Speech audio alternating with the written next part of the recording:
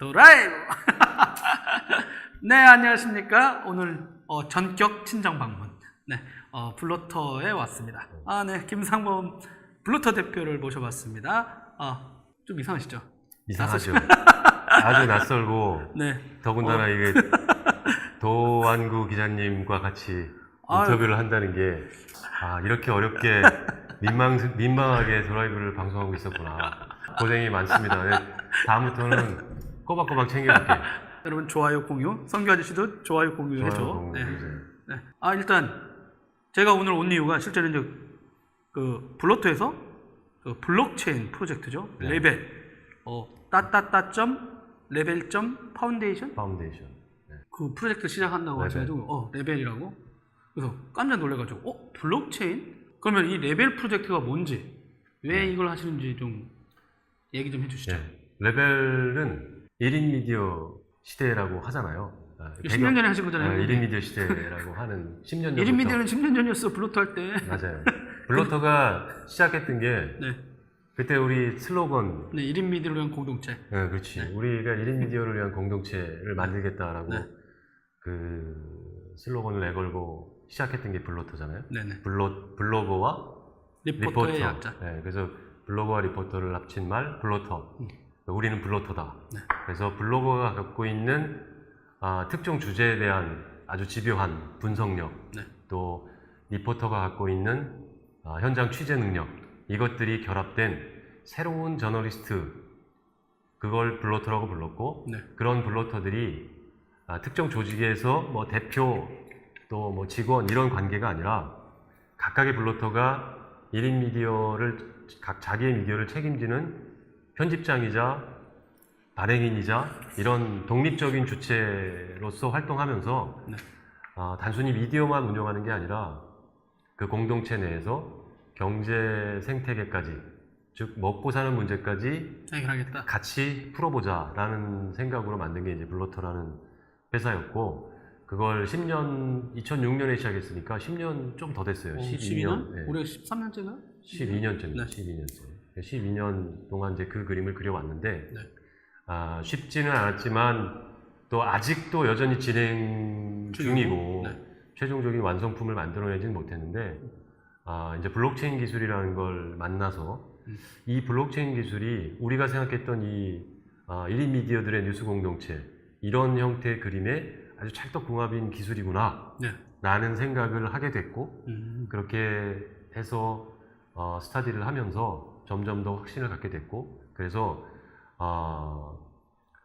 블록체인 기반으로 누구나 1인 미디어로 참여할 수 있고 각각의 미디어들이 그 안에서 경제생활까지도 할 수 있는 그런 플랫폼을 만들어 보자 라고 해서 준비한 게 지금 저희가 이제 준비하고 있는 게 레벨이라는 플랫폼입니다. 그러면 설명이 쉽진 않네. 아무튼 쉽지 않아요. 1인 미디어 뉴스 공동체라는 블로터의 초기 그 비전과 가치를 네네. 블록체인이라는 기술을 활용해서 구현해 보겠다.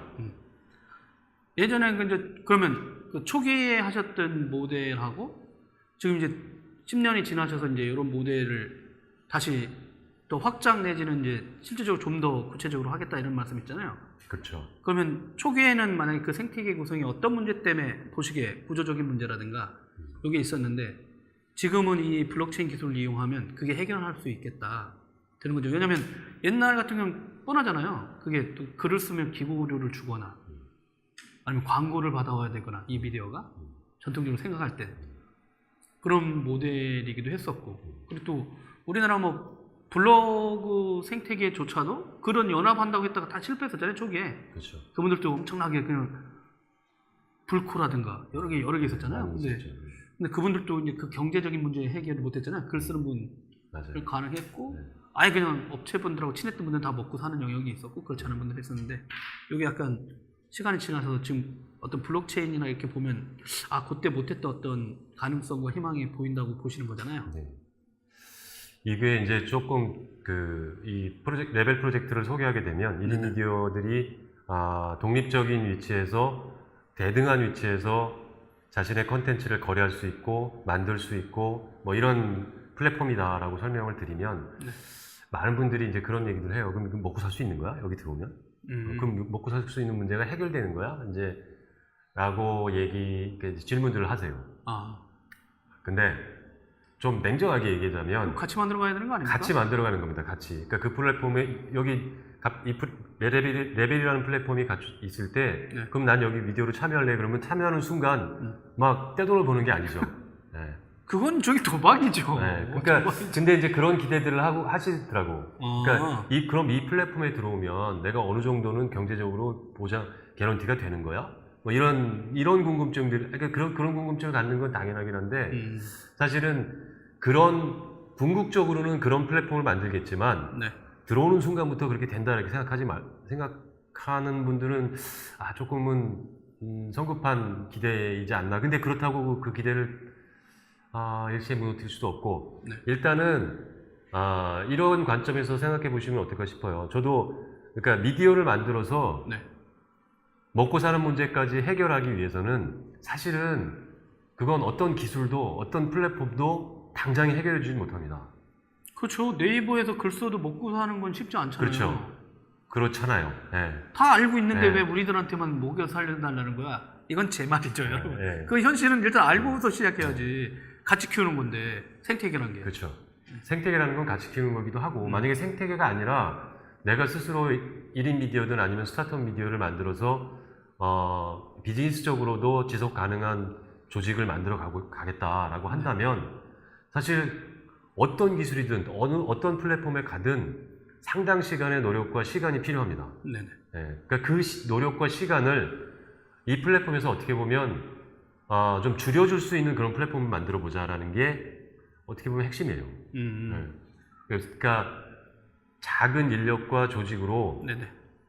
미디어를 운영하기 위해서 필요한 것들이 뭘까? 그러니까 이제 블러터도 마찬가지인데 또 이제 블러터 이외에 도라이브일 수도 있고 테크스타일 수도 있고 네. 아니면 기타 다른 신생 스타트업 미디어들이 많이 생기죠. 네, 탄생을 해서 이제 그 활동을 하는 걸 보면 정말 필요한 것들이 너무너무 많아요. 기술적인 부분도 많이 필요하고 컨텐츠를 생산해 줄 사람도 좀 더 많았으면 좋겠고 네. 또 이렇게 컨텐츠를 생산한 걸 여기저기서 많이 유통을 시켜줬으면 좋겠으니까 근데 그게 유통이라는 게 또 어떻게 보면 그 마케팅도 기획도 많이 필요한 거긴 필요하죠. 그러면 또 그쪽에 또 전문 인력도 좀 많았으면 좋겠고 또 궁극적으로 먹고 살려면 그게 광고든 구독이든 후원이든 또 다른 비즈니스든 네. 수익 모델을 또 담당하는 또 전문 인력도 있었으면 좋겠고 근데 그게 한꺼번에 다 갖춰지진 않으니까 그렇죠. 일단 컨텐츠부터 먼저 만들고 그걸 통해서 독자가 어느 정도 확보가 되면 그걸 기반으로 조금씩 광고도 받고 아니면 다른 수익 모델을 붙이고 그렇게 해서 얻은 수익으로 또 뭐 마케팅 인력도 확보하고 또 기술에도 투자를 하게 되고 뭐 이런 점진적인 과정을 갖게 되는데 네. 이 과정이 이렇게 스무스하게 진행되기가 너무 어렵습니다. 그리고 굉장히 많은 시간이 걸리고 그 시간을 버텨내기에는 열정과 의지만으로는 힘든 거죠. 근데 최근에 이제 말씀하신 그동안에 약간 뭐랄까 글 쓰는 사람들한테 비트코인이나 블록체인 쪽 관련된 코인 비즈니스 할 때는 스팀이 있었는데 요거랑은 뭐가 약간 좀 이 레벨 프로젝트는 달라요? 스팀은 네. 많은 분들이 스팀은 들어보신 분들이 네, 있으니까 거기에 이제 자기가 글을 쓰고 사람들한테 좋은 호응을 받으면 네네. 코인을 지급해 주죠. 스팀이라는 운영사에서. 네네. 근데 저희는 글을 쓴다고 해서 저희가 코인을 지급하진 않습니다. 네.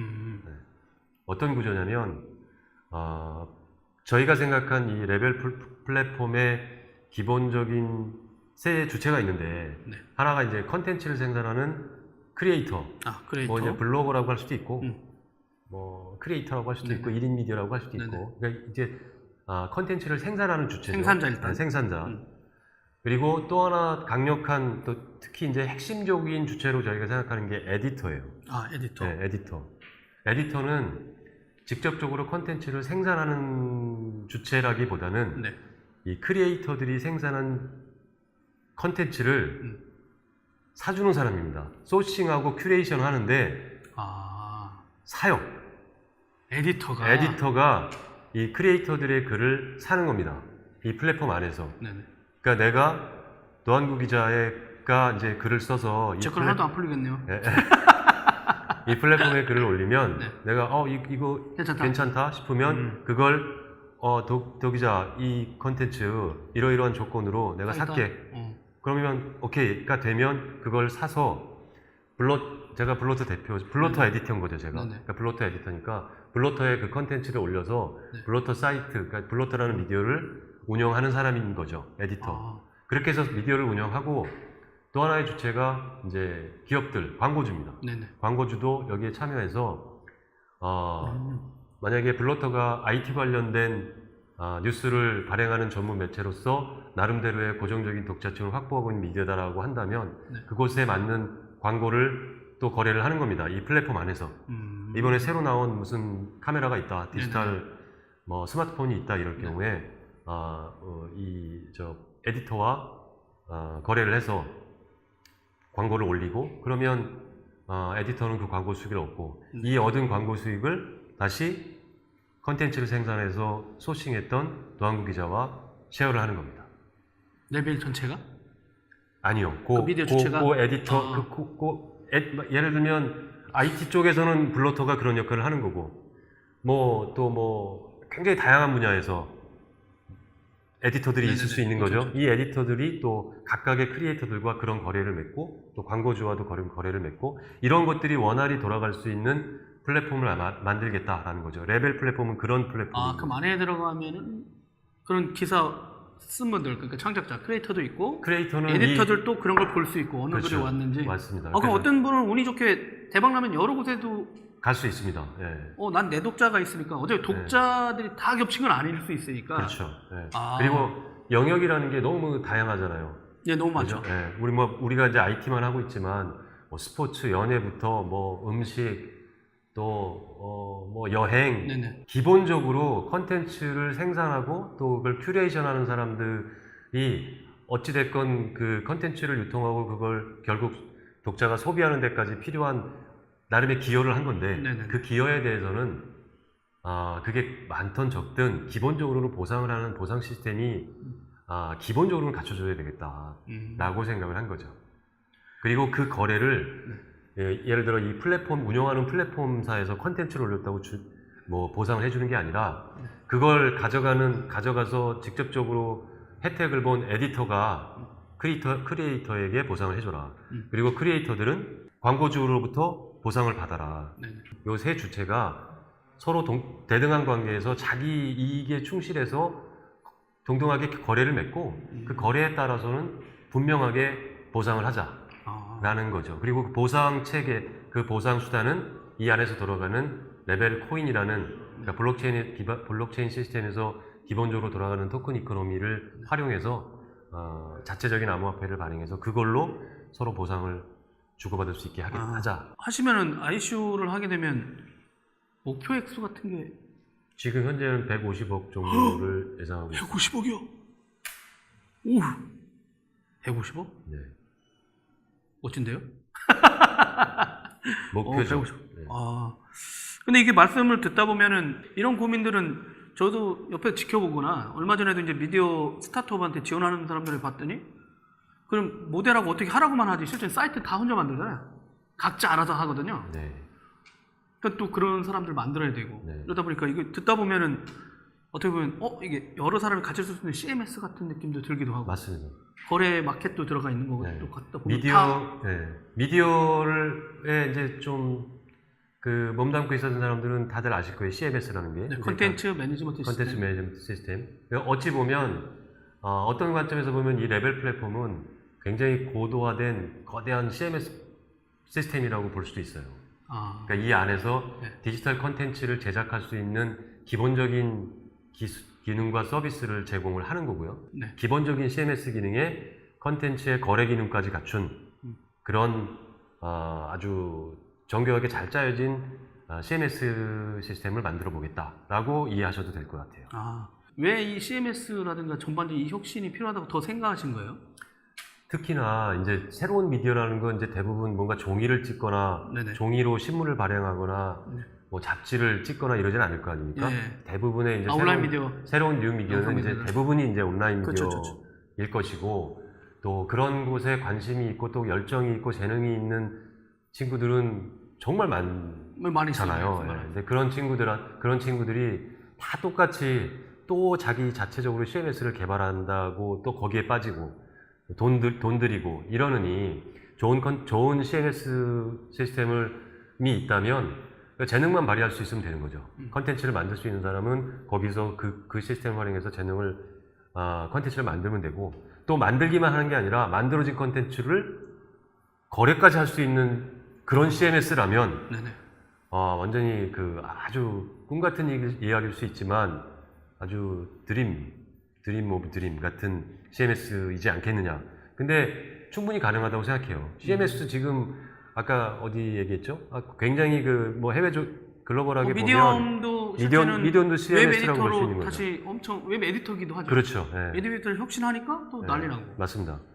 그러니까 컨텐츠를 디지털 환경에 맞게 잘 만들고 배포할 수 있는 그 기능은 이제 새로운 뉴 미디어들한테는 아주 기본적인 자질, 기반이라고 할 수 있는데 그런 것들이 또 굉장히 많은 비용과 노력이 필요한 부분이죠. 네. 그러니까 그걸 이 레벨 플랫폼 안에 들어오면 무상으로 활용할 수 있다. 뭐 이렇게 좀 보시면 될 것 같아요. 아니, 조심하셔야 돼요. 무상입니까? 월정에?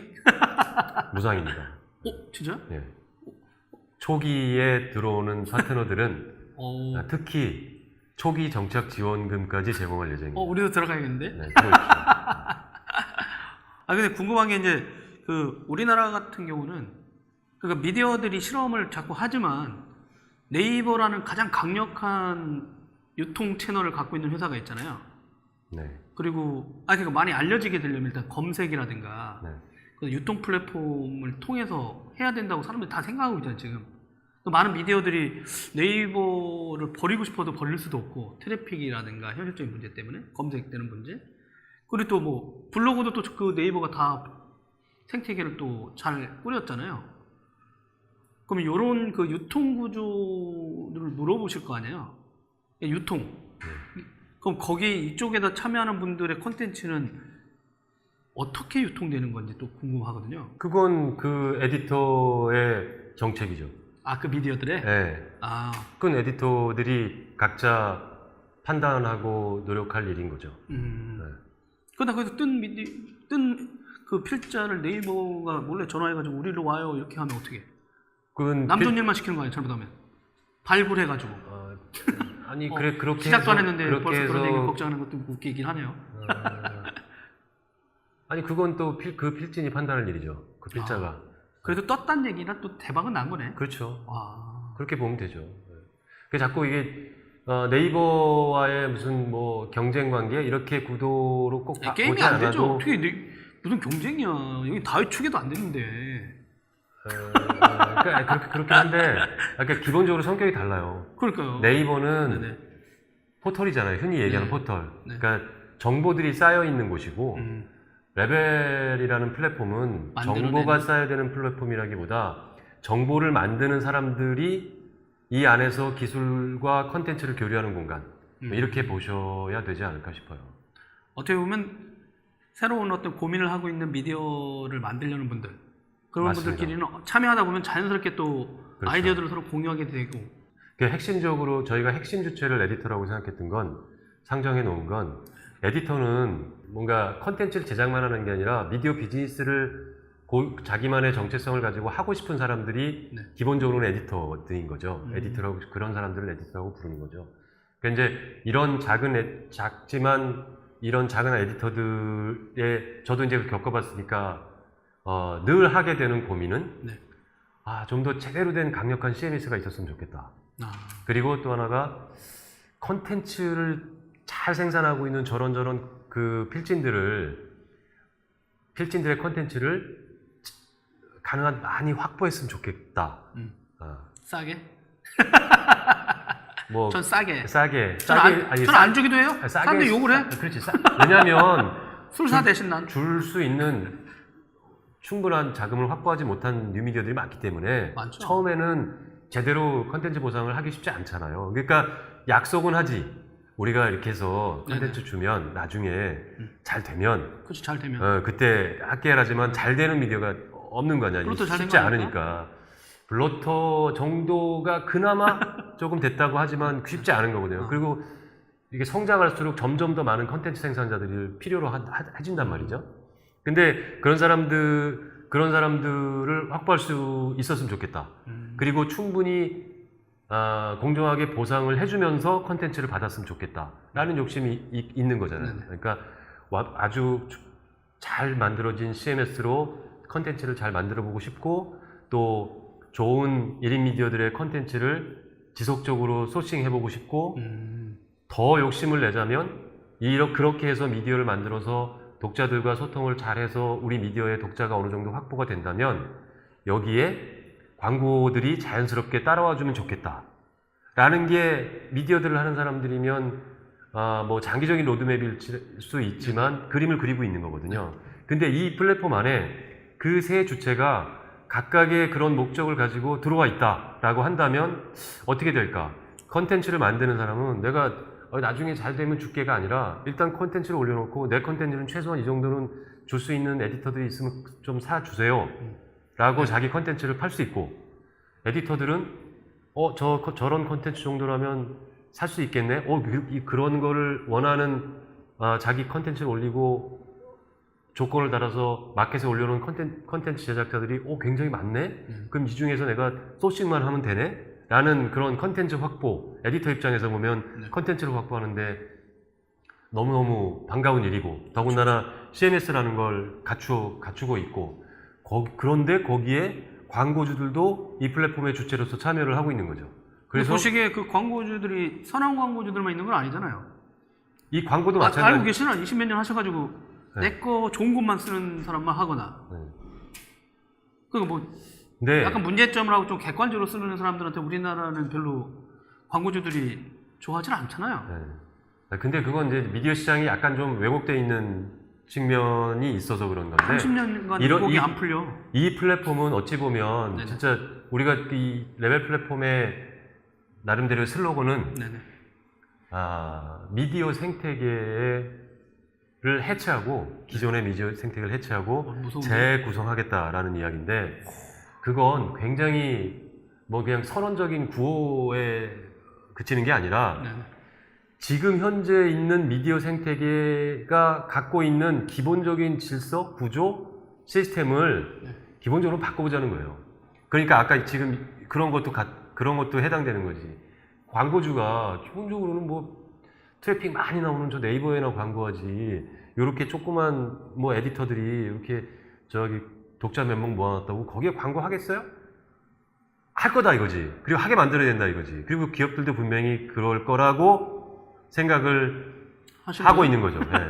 순진한 거 아닙니까? 아닙니다. 네. 기본적으로 트래픽 기반으로 광고를 하는 것보다는 이제는 지금 아주 그 작은 미디어들이더라도 컨텐츠를 잘 하고 있고 맞아요. 그 미디어에 자기들이 필요한 잠재 고객들이 많이 어느 정도 붙어 있다고 생각하면 충분히 광고를 합니다. 어떤 형태로든. 근데 그 시장이 좀 더 활성화될 거라고 보고 이 레벨 플랫폼에서는 기본적으로 그런 구조의 생태계를 만들어 보겠다. 네. 라고 생각을 하는 거고요. 또 이런 것도 있어요. 뭐냐면 아까 근데 거기에서 꼭 그 블록체인 기술이 필요하신 거예요? 아까 그 말씀드린 것처럼 블록체인이라는 기술이 갖고 있는 여러 가지 장점 중에 탈중앙화잖아요. 지금 탈중앙, 말씀하시는 것도 네. 어떻게 보면 그죠. 미디어 완전히 관련 해체된 각각의 탈중앙화. 주체들이 독립적인 위치에서 말하자면 이 각각이 P2P 거래를 하는 겁니다. 네네. 네, 그 P2P 거래를 스마트 컨트랙이라는 이름으로 빼도 박도 못하는 네네. 계약 시스템을 갖추게 되는 거죠. 나중에 줄게가 아니라 무조건 내가 컨텐츠를 올리고 네가 샀으면 때가 되면 줘야 되는 거죠. 네, 코인을 줘야 되는 거죠. 뭐 스마트 컨택은 내가 이쪽에 돈을 보냈는데 진짜 보냈는지 확인할 수 있는 그런 내용들이죠. 그게 되게 중요하거든요, 계약에. 네. 그런 것들을 다 이제 기술적으로 이제 안정장치를 만들겠다는 거잖아요. 그렇죠. 지금까지 나와 있는 그런 시스템 중에 블록체인을 대체할 만한 시스템이 있을까 싶어요. 그러니까 저희가 생각한 이 그림이 아, 네. 솔직히 아. 블록체인 말고는 없지 않느냐라고 한다면 사실 있어요. 그럼 직접 개발하면 돼요. 처음부터 끝까지. 우리가 이더리움 플랫폼부터 해서 모든 스마트 컨트랙 계약부터 이 시스템을 다 개발할 수는 있겠지만 그래서 리버스 ICO라고 이미 있는 것들을 최대한 활용하면서 이쪽으로 하신다는 거잖아요. 그 리버스는 다른 의미의 리버스고 그러니까 블로터가 갖고 있는 모델을 네네. 기반으로 해서 ICO 프로젝트를 하겠다는 의미에서 리버스고 블록체인 기술을 활용하는 거는 직접 그 모든 걸 개발하고 운영하는 것보다 훨씬 지금 현재 블록체인 시스템을 활용하는 것이 싸고 안전하고 네네. 미래지향적이고 그래서 블록체인 기술을 활용을 하는 거죠. 아니 왜냐면 실제 제가 취재해봐도 완전 개방화된 그런 인프라도 있지만 그렇지 않고 그 안에 있는 사람들끼리만 해도 되는 시장도 더 커져요 요즘. 그럴 수도 있을 것 같아요. 아니 오히려 금융권에서 자기네들끼리 이렇게 또 신용장 무역할 때 물류라든가 이런 쪽은 폐쇄형이라고 불리잖아요. 약간 맞습니다. 퍼미션 폐쇄라고 안 하고 그냥 허가된 거냐 아니면 개방된 거냐 이런 식으로 뭐 얘기하죠. 프라이빗 퍼블릭 뭐 이런 얘기. 그쪽도 그런 얘기가 나오더라고요. 용어를 좀 다른 용어를 쓰면서 그러니까 거기에 동의된 사람들끼리 이 블록체인 기술을 쓸 수 있는 완전 대중화돼서 다 열 거냐 아니냐 이런 얘기도 있는 그건 자기들의 목적에 맞춰서 그 기술은 뭐 누가 해라 마라 하는 그렇죠. 기술이 아니니까 완전히 오픈된 오픈소스 이쪽은 기술이니까. 말씀하신 대로 뭐 에디터하고 생산자하고 광고주들 이렇게 그들끼리 허가되어 있는 곳에서의 블록체인 어떤 미디어 실험 뭐 그렇게 보시면 볼 수 될 것 있겠네요. 같아요. 예. 그러면 그때 말씀하신 대로 전통 미디어들은 아니다 일단 우선 타겟이 온라인 미디어가 많을 것이다 아까 얘기하셨잖아요. 그렇죠. 예. 특별히 그 전통 미디어들과의 협력을 막은 건 아니지만 일단 타겟을 일단 온라인 미디어 새로운 신생 이렇게 새로 하려는 분들 쪽에 이렇게 포커스를 두신 이유가 있나요? 블로터를 해봐서. 내가 해봐서 하는데 블로터를 해봐서 해봐서 하는데 뭐 이런 얘기인데 해봤더니 네네. 새로운 의지, 열정 이런 걸 가지고 미디어 시장에 새로운 또 뭔가 변혁, 혁신 이런 걸 해보고 싶다고 하는 사람들이 늘 부딪히게 되는 그런 장벽 이거를 해결해 줄 수 있는 그런 플랫폼이라고 생각을 해요. 그렇기 때문에 이 플랫폼에 들어왔을 때 가장 좋은 사람들은 그러니까 그걸 타깃으로 했기 때문인데 뉴미디어들한테는 굉장히 좋겠다라는 생각이 드는 거죠. 그래 1인 미디어도 마찬가지고 또 조금은 1인 미디어를 넘어서 조금은 더 조직적으로 또 비즈니스적으로 미디어를 운영해보고 싶다 하는 사람들이 그런 사람들한테 아주 안성맞춤인 그런 플랫폼 그런 걸 만들어보자. 그래야 자꾸 1인 미디어들도 더 등장할 거고 또 스타트업 미디어들도 조금은 더 생존 가능성이 높은 그런 미디어들이 좀 작지만 강한 미디어들이 더 많이 발생할 수 있지 않겠는가 뭐 그런 생각을 해본 거죠. 그렇게 됐을 때 또 뭐 크게 보면 전체적으로 사회적으로도 좀 더 건강한 사회를 만드는 데 기여할 수도 있겠다. 좀 그거는 의미가 있는 것 같아요. 왜냐면 저희들도 워드프레스 쓰거든요. 네, 저희도 어쩔 수 없었거든요. 언제 그걸 다 만들어? 맞습니다. 그냥 사이트. 그랬더니 다른 미디어도 뻑하면 워드프레스 쓰거나 아니면 웹 에디터 겸 사이트 운영하는 데 가장 편안한. 그러다 보니까 실제는 각자 지금 도생이잖아요. 그러다 보니까 어떻게 보면 그런 거를 전반적으로 좀 미디어를 하다 보면 필요했던 모든 걸 하겠다. 맞습니다. 일단. 근데 컨텐츠 아까 이렇게 판매 생산자들이 할 수 있는데 기준이 있을 거 아니에요? 아니 가격은 어떻게 매겨요? 본인들이 매기는 거죠. 내가? 내가 글을 써서 이렇게 딱 해놓고 난 대략 어느 정도 팔겠다. 이거 경매 시스템도 들어가겠는데? 되게 복잡하는데 진짜? 굉장히 쉽지 않은 시스템이죠. 상거래도 들어가 있고 기본적으로 판매가 되니까 수익 시어 같은 것도 있는 거고. 맞습니다. 그다음에 당연히 컨텐츠가 뭐가 떠 있고 있는지도 나와 있고 분석 시스템도 들어가야 되겠고. 그렇죠. 그러다 보니까 돈이 많이 드는군요. 그렇죠. 그럼 만약에 아무도 안 사면 어떻게 해? 컨텐츠 올렸는데 참여를 했어. 나름대로 나는 500원은 받아야겠다. 아니면 이거 나 이거 지금 2시간 일주일간 열심히 해가지고 나 한 번에 20만 원 받아야 돼. 근데 아무도 안 사. 그게 어떻게 돼? 그건 시장의 논리가 적용이 될 수밖에 없겠죠. 블로터가 먼저 사주면 안 되나요? 뭐 그게 살 수도 있겠죠. 약간 스타 발굴? 그러니까 이런 거예요. 컨텐츠 그럼 그 1인 미디어들은 컨텐츠를 생각하는 1인 미디어들은 누구나 당장 저기다 올리면 그 누구든 내 컨텐츠를 사가겠네? 이런 기대를 가지고 이 플랫폼을 보시면 안 돼요. 아, 좀 그래야 된다고 생각하거든요. 기본적으로 내가 팔 수 있는 컨텐츠라고, 팔 수 있을 만한 컨텐츠라고 올렸고 그 누군가가 그걸 가져갔다면 당연히 가져간 사람한테 돈을 받을 수 있겠구나. 이게 기본 전제지. 내가 여기다 올려놓으면 무조건 100% 내가 얼마 이렇게 올려놓으면 무조건 팔리는 거네? 이게 아니고 내가 올려놨고 그 컨텐츠를 누군가 필요해서 가져갔다면 가져간 사람으로부터 당연히 그에 대한 보상이 들어오겠구나라는 걸 확신할 수 있는 플랫폼, 이렇게 생각하시면 되죠. 근데 그런 게 있잖아요. 이 컨텐츠가 대박날 줄 몰랐어 일단. 그 생산자가 올렸네? 근데 블루토가 가져갔어요. 탑에 걸었어. 포털에 쐈어. 초대박 났어. 그것 때문에 트래픽이 쫙 왔어. 근데 난 이미 팔았잖아. 근데 실제 보통 미디어들이 그러잖아요. 그 영향이 있는지 안 알려준 거 아니야. 그러면서 실제는 여기 뒤에서는 엄청난 돈을 벌었는데. 그것도 저희가 설계를 하고 있어요. 아, 진짜요? 뭐냐면 초기에 대단한 분들인데? 네, 초기에 보통 그거 안 하고 내가 먹는데. 그러니까 그거는 전 20세기형 마인드. 그러니까 여러 가지 유형별로 컨텐츠 거래 계약 그 시스템을 만들고 있거든요. 그러니까 뭐냐면 나는 그냥 통으로 이거 얼마 줘라고 해서 거래를 맺을 수도 있고. 난 런닝 개런티를 원한다. 난 런닝 개런티를 원한다라고 할 수도 있어요. 그래, 만약에 트래픽이 있었을 땐 그렇지. 어느 정도 보상에. 그렇지. 그런 식으로. 네, 그런 식으로 계약을 할 수도 있고, 거꾸로 그거는 이제 에디터 입장에서 도한국 기자가 이거 딱 그려놓고 나 이거 100만 원은 받아야 되라고 올렸어. 100만 원은 너무 심하지 않아? 이거 한 5만 원만 내고 런닝 개런티 형태로 가보자. 하자. 그랬을 때 뭐 200만 원, 300만 원 될 수도 있는 거 아니야? 그때는 이건 약속은 어길 수가 없는 시스템이잖아요. 여기. 뻥칠 수가 없구나. 뻥칠 수가 없는 시스템. 양쪽 이거 블록체인. 그게 블록체인의 스마트 컨트랙이 그 기능을 하니까 약속을 지켰다면 당연히 그게 갈 수밖에 없는 그런 시스템. 저희 입 싹 씻잖아요, 보통. 트래픽이 대박나도 안 알려주잖아요. 안 알려줄 수가 없는 거지. 여기서는 그런 데이터들도 다 공개될 수밖에 없는, 서로 상호 간에는 그런 시스템을 만들려고 하기 때문에. 근데 종이신문하고 언론사는 한 번도 조회수를 우리들한테 안 알려준다는 거지.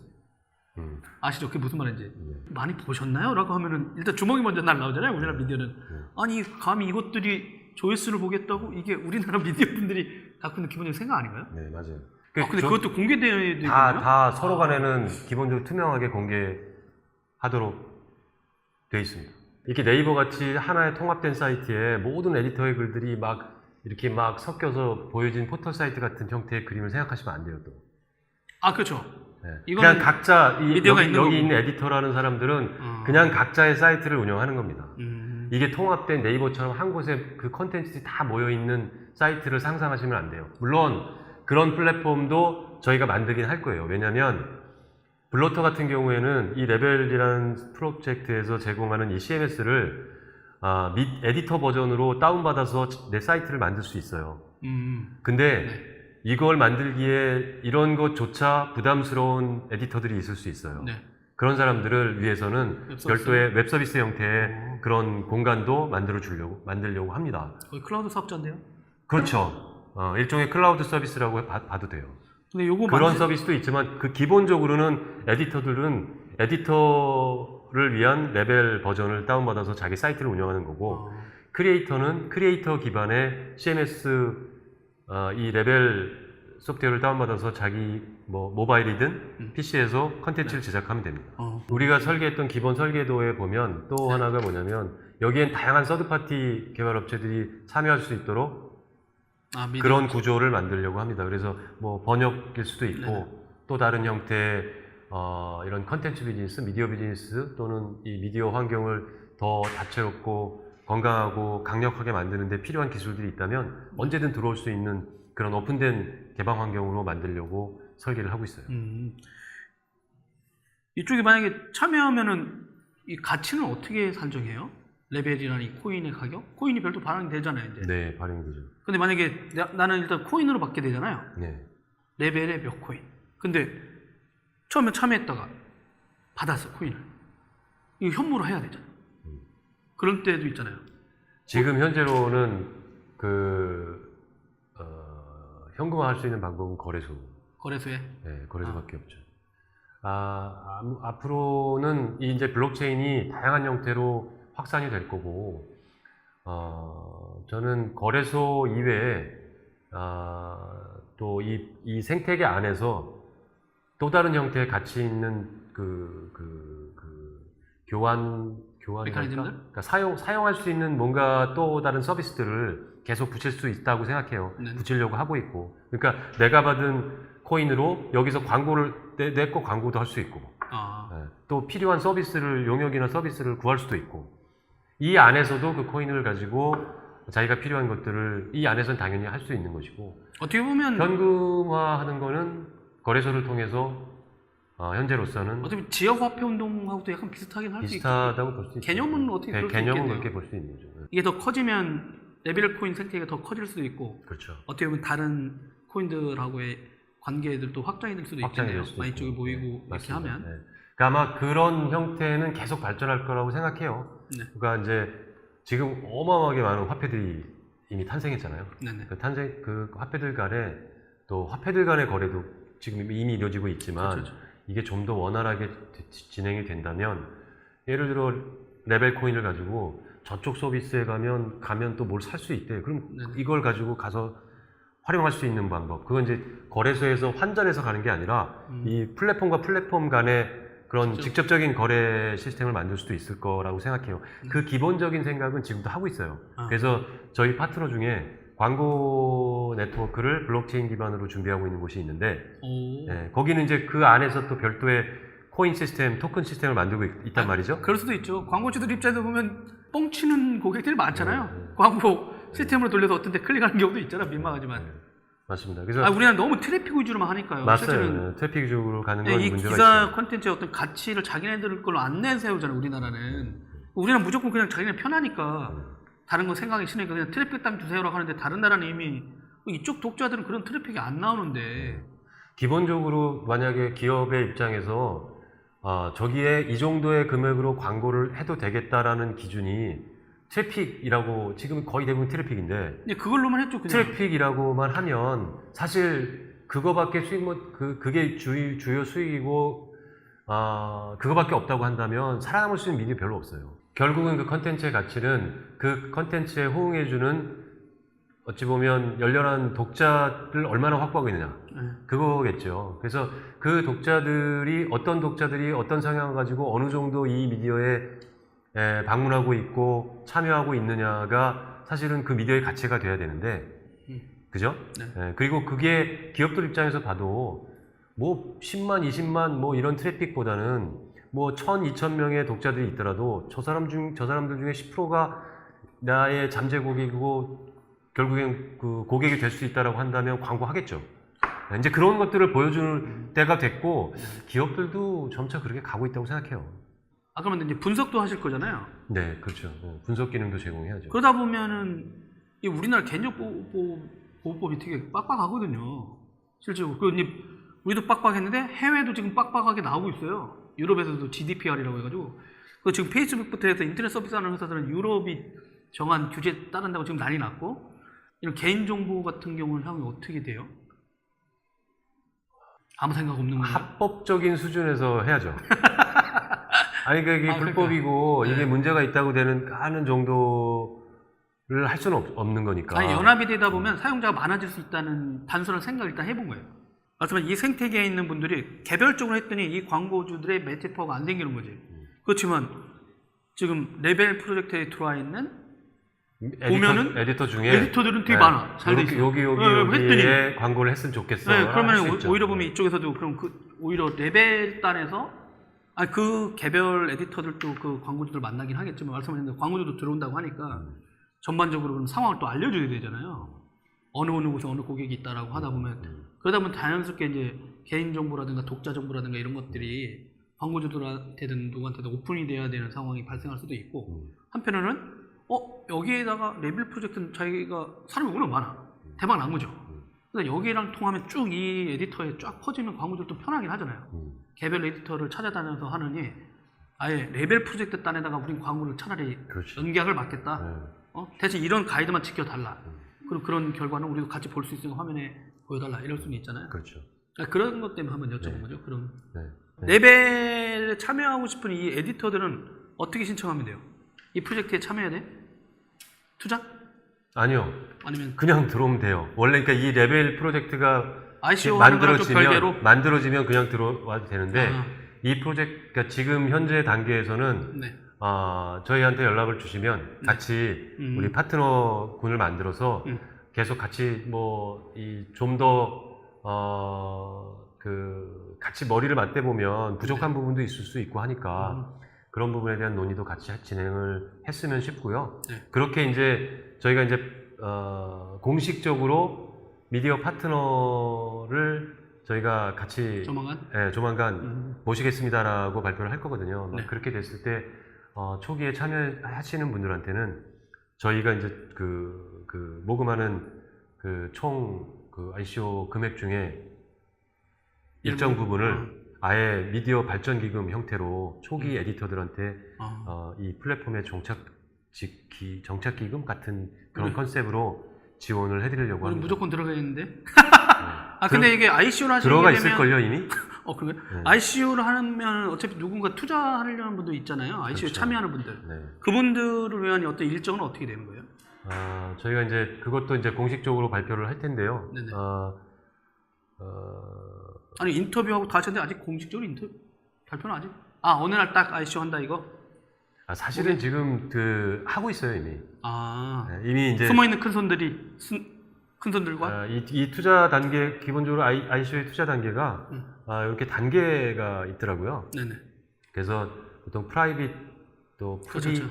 또 뭐 퍼블릭 뭐 이렇게 나눠져 있는데 저희도 그게 나눠져 있고 늦어도 11월이죠.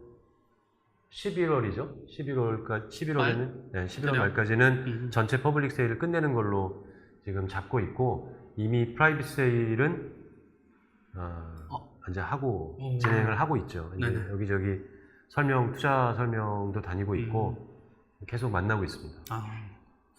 그래서 그리고 만약에 이쪽 동의하시는 어떤 미디어라든가 향후에 그런 쪽 분들은 지금 하고 있어도 이 미디어 실험에 같이 참여하고 싶다 하면은 이렇게 연락하면 되겠네요. 네네. 참여하시면 나중에 여기 나온 결과물 네. CMS라든가 이런 거 CMS를 같이 공유하게 되는 거고 그 안에서 이제 활동하실 수 있게 되는 거고요. 또 저희가 그 초기에 이제 참여하시는 분들 1차, 2차 이렇게 이제 파트너들을 모집할 텐데 참여하시는 파트너들한테 아까 말씀드린 것처럼 기본적인 그 미디어 펀드를 구성할 거예요. 그러니까 저희가 그 ICO 총 모금액을 150억 정도로 잡았잖아요. 그 중에 일정 부분은 아예 딱 고정적으로 미디어 펀드로 구성을 해서 초기에 참여하시는 분들은 이 코인을 가지고 컨텐츠를 사야 되잖아요. 네네. 크리에이터들한테. 그렇죠. 네, 그러니까 그런 것들에 활용할 수 있도록 저희가 이제 초기 지원을 해드릴 생각이죠. 그 이외에 또 교육 필요하다면 또 마케팅 지원 이런 것들도 저희 이 레벨 운영팀에서 지속적으로 지원을 할 거고 그걸 위해서 이 플랫폼 안에서 발생되는 모든 수익의 일정 부분은 계속 지속적으로 펀드로 쌓이게 될 겁니다.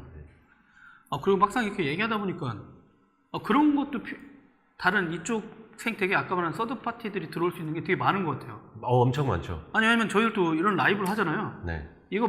이런 거 없어서 만들었거든요. 그렇죠. 어떻게 보면 라이브 컨텐츠 라이브를 하고 싶은데 하는데 저도 이렇게 하다가 그런 업체들을 찾아냈거든요. 맞아요. 근데 실제 찾고 나니까 간단하잖아요. 근데 걸리는데 시간이 2년 걸렸어. 웃기죠. 이런 사업을 하려면 저런 사업자랑 일을 해야 된다. 근데 그런 리스트도 미디어 잘 모르거든요. 근데 진짜 여기에 참여한 분들 중에 누군가 라이브를 하고 싶다. 그럼 저희를 찾으라는 게 아니라 물론 저희를 찾으면 좋지만 이런 거랑 동일한 어떤 플랫폼을 써서 각자 방송 같은 걸 하고 싶을 경우 근데 그런 분들도 어떻게 보면 여기 들어올 수가 있다는 생각 문득 들기도 맞습니다. 하고 어떤 분들은 독자 분석은 내가 더 잘한다. 맞아요. 아니면 뭐 이메일 마케팅에 대한 우리 전문가다. 그런 서비스를 만들었다 하면 어떻게 보면 이 안에 그런 분들이 계속 붙게 되면 맞습니다. 미디어가 지금 다 고객 관리하고 시장 예측하고 분석하고 했는데 이 안에서 전체적으로 다 하실 수 있으면 딱 좋긴 하지만 뭐 여기 이 생태계에 동의하는 어떤 서드 파티들도 들어오게 되면 이제 그런 것들 그렇죠. 진짜. 그래서 이 플랫폼을 계속 지속적으로 운영하는 그 운영 조직들은 그런 것들을 신경을 많이 써야겠죠. 기술적으로는 추가로 뭐 라이브든 뭐 이메일 마케팅이든 데이터 분석이든 그렇죠. 이런 기능들을 갖추고 있는 뭐 직접 개발할 수도 있겠지만 사실 모든 걸 다 혼자서 다 개발한다는 건 망하죠. 망하는 거죠. 모든 언론사가 다 혼자 하다가 혼자 다 망했잖아요. 하려고 망한 거니까 좋은 기능들이 있다면 그걸 갖추고 있는 또 파트너가 될 만한 곳이 있다면 그들의 기술과 서비스들을 이 플랫폼에 접목시킬 수 있도록 그런 오픈된 플랫폼을 만들겠다니까요. 아까 얘기한 것처럼. 워드프레스 보면 플러그인, 내가 필요하면 이런 플러그인 갖다 붙일 수 있잖아요. 그러니까 그런 컨셉이라고 생각하셔도 될 것 같아요. 이해하기 쉬울 것 같아요. 워드프레스가 이거 하면 어떻게 되죠? 워드프레스가 이걸 한다면 신경 쓰이겠죠. 근데 거기는 웹 에디터 위주로 돼 있고 완전 CMS 하려면 또 다시 별도로 크게 하려면 전반적으로 뜯어 고치고 막 엄청난 그럴 수도 프로젝트가 있겠죠. 필요하죠. 네. 할 수도 있을 거라고 생각하고 해도 뭐 해서 잘 되면 좋죠. 같이 경쟁도 하고 서로 배워가고 뭐 하면. 제가 볼 때는 가장 우려스러운 경쟁자가 누군지 아세요? 언론진흥재단 같은 데서 CMS를 하거든요. 언론사들한테. 아시죠? 데이콤이라든가 이런 데에다 호스팅하고 있어요. 우리나라는 관이하죠. 그쪽 영업분들이. 그러다 내가 볼 때 레벨 걸 다 눈여겨보다가 아이디어 좋은데? 이래가지고 아마 저기 정부 예산에다가 AI하고 블록체인 좀 쏟아지거든요. 지금 몇 조가. 그러면 내가 볼 땐 그분들 욕하는 건 아닌데 그분들이 이제 이렇게 검토했다가 프로젝트 CMS 업그레이드 저렇게 해야지? 라고 할지도 몰라. 블록체인을 쓰겠습니다. 근데 그렇게 해서 그쪽에 CMS가 또 업그레이드가 되면 좋은 일이에요? 업그레이드 좋아질 일은 없는 것 같은데. 또 그렇게 건 아니지. 그러니까 기본적으로 이 플랫폼 저희가 만드는 플랫폼도 오픈소스 플랫폼이니까 누구든 가져다가 더 좋게 개발해낸다면 또 좋은 일이죠. 그래서 진짜 요즘 제가 봐도 좀 새로운 뉴 미디어를 만들거나 새로운 시도 아니면 전통 미디어를 하고 있다가도 운영하기 되게 쉽지 않고 새로운 생태계 안에 들어오려고 하는 분들이 또 많아지긴 할 것 같아요. 근데 이미 다른 생태계에 있는 분들도 없지 않아 있으니까. 근데 우리나라 미디어들이 항상 자기네 CMS 혁신과 생태계 만들기도 쉽지 않았잖아요. 포탈들은 다 갖고 있지만 그 CMS 혁신한다는 소리는 들어본 적이 없죠. 우리나라 포탈들이. 그 안에 있는 서비스를 큐레이션 하지만 한 번도 오픈한 적은 없잖아요. 그런 솔루션들을. 그러다 보니까 이제 이쪽도 작은 실험을 또 한번 미디어 실험을 또 십몇 년 만에 또 하신다고 하니까 더 주목하는 것 같습니다. 어떻게 이것저것에서 연락 많이 받지 않으셨나요? 예, 연락 많이 오고 있어요. 직접 투자도? 투자 관련된 분들도 연락 주시고 있고. 블록체인 하려면 저기 검은머리 좋은 학벌에 금융권 미국 골드만삭스 출신의 좋은 학벌 있는 사람들이 막 털어주고 막 이렇게 해야 되는데 어떻게 그런 분들을 하고 경쟁해가지고 지금 먹고 마셔야 되는데 골드만삭스 출신들의 이 검은머리 외국인들 그런 분들이 지금 블록체인 쪽에 이 파트너 무슨 ICO 할 때 항상 나타나서 하는 내용이에요. 성공 사례처럼 그런 분들이 막 붐업시켜야 되는 거 아니냐 주목을 받으니까. 영역이 좀 다르니까 뭐 골드만삭스 예를 들어 출신이라면 뭐 금융이나 투자나 이런 쪽은 잘 알 수 있겠지만 미디어 또 특히 뉴미디어라는 관점에서 보면 블로터가 그동안 걸어왔던 것들이 또 소구가 되지 않을까 싶어요. 이렇게 되면은 기자가 없이 미디어 운영도 가능하겠네요. 가능하죠. 가능합니다. 저희들이 원했던 거 아닙니까? 맞습니다. 제가 원했던 거. 블로터가 저도 원했던. 좋은데? 네. 그러니까 미디어 어떻게 보면 12년 동안 블로터가 꿈만 꿨던 거를 이제 블록체인 기술로 구체화 해보겠다는 거죠. 굳이 그러니까 그 해체와 재구성이 단순히 뭐 네이버의 독점 현상, 뭐 페이스북의 독점 현상 꼭 이것만 있는 게 아니에요. 사실은 미디어 환경 내에도 있어요. 미디어 주체 내에도 여전히 편집국장 대표 사장님 있고 편집장 있고 그 밑에 그거를 선호하시잖아요. 저는 절대 안 좋아해요. 뭐 아니야. 그 밑에 기자들이 있고 제가 얘기했던 건 그들이잖아. 안구야, 너 빨리 독립해라.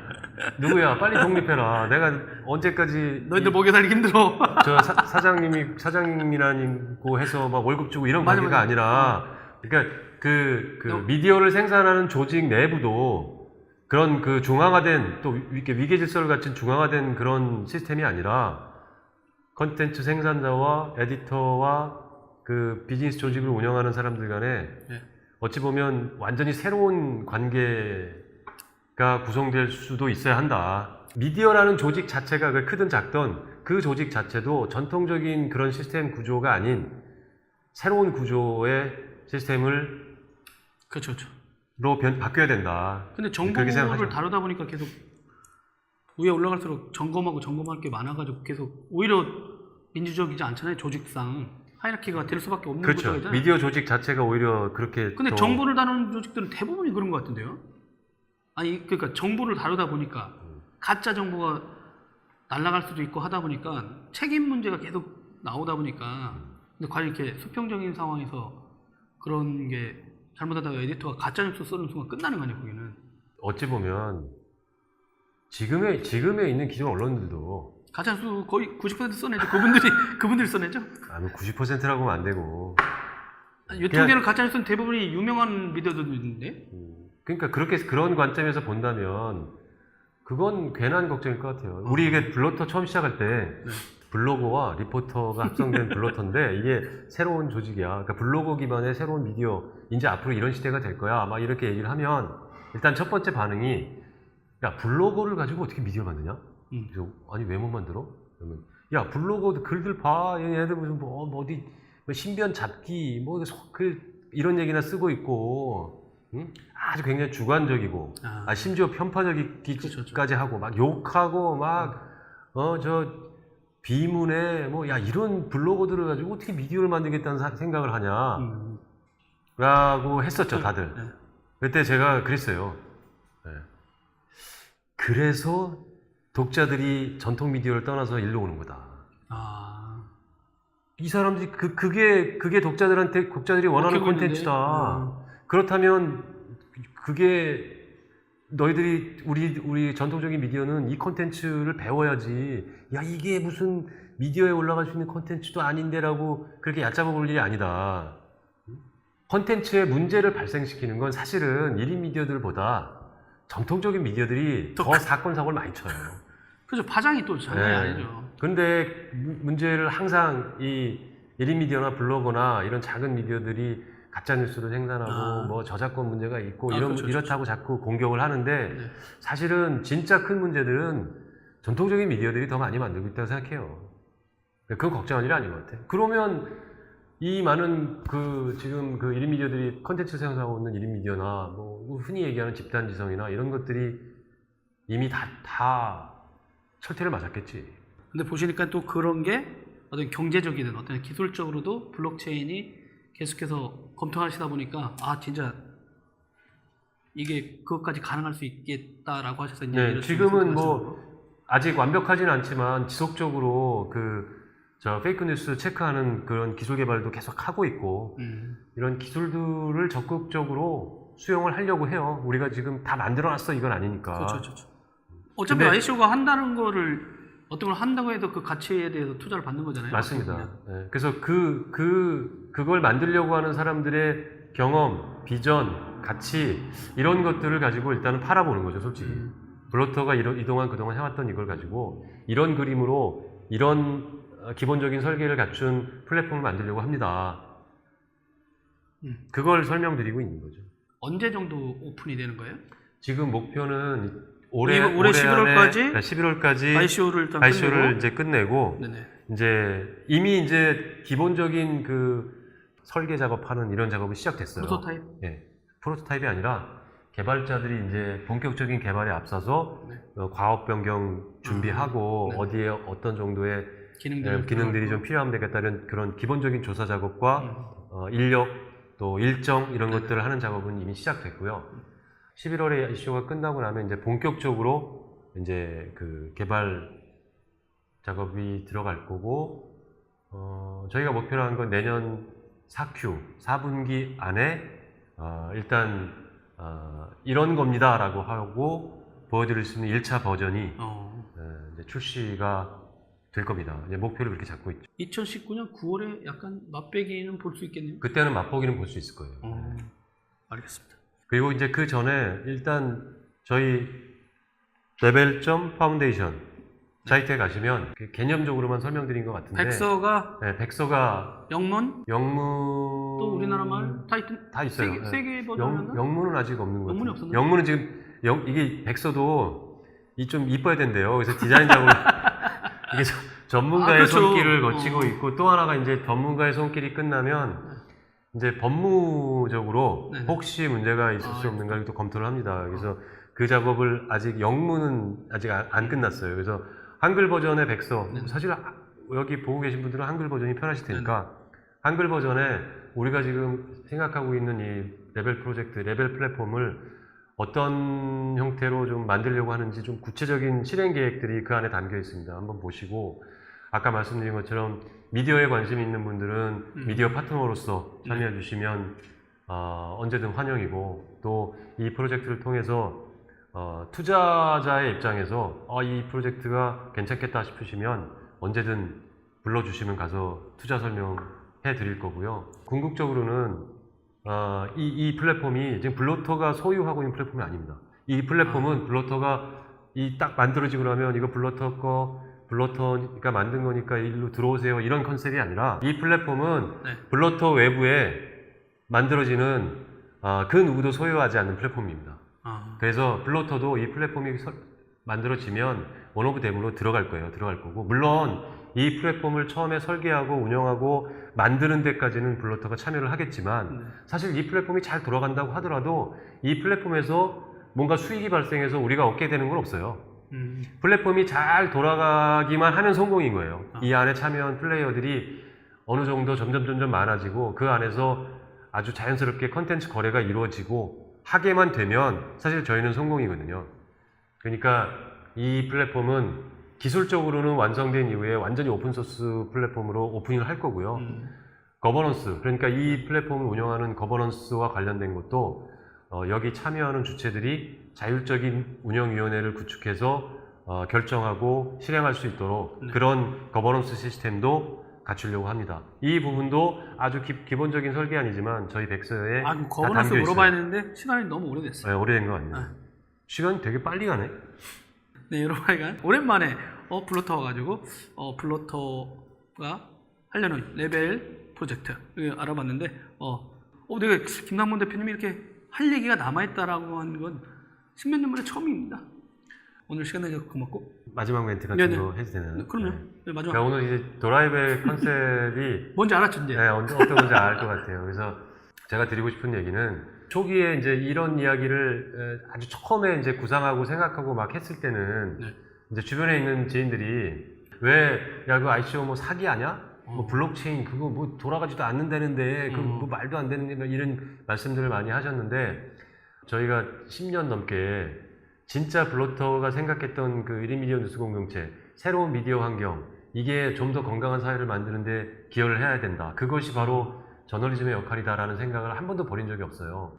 젊고 의욕이 넘치는, 또 아주 참신한 재능을 갖고 있는 뉴 미디어들이 이렇게 많이 발생한 환경에서라면 우리가 한번 새로운 미디어 시장, 미디어 생태계를 아주 밑바닥에서부터 한번 그려볼 수 있지 않겠느냐라는 기대도 같이 갖고 있고요. 그걸 만드는데 최선을 다하고 아주 마지막 제가 할 수 있는 모든 걸 다 쏟아보려고 합니다. 많은 파트너들이 필요해요. 이건 저희가 혼자서 만들 수 있는 플랫폼이 아니고, 아까 말씀드린 것처럼 이 프로젝트는 블러터의 소유도 아니고, 그러니까 좀 더 많은 전문가, 열정, 이런 것들을 갖고 계신 분들, 여기에 또 돈도 갖고 계신 분들이 같이 참여해 주실 때 이 프로젝트가 단순히 뭐 그냥 그림 또는 뭐 청사진에서 끝나는 게 아니라 구체적인 현실이 될 수 있다라고 생각합니다. 앞으로 좀 더 많은 기회를 빌어서 이런 걸 좀 소개하고 할 수 있는 자리를 만들려고 합니다. 그래서 이렇게 좀 의욕이 넘치다 보니까 자꾸 말이 많아지는. 아니, 멋지신 것 같습니다.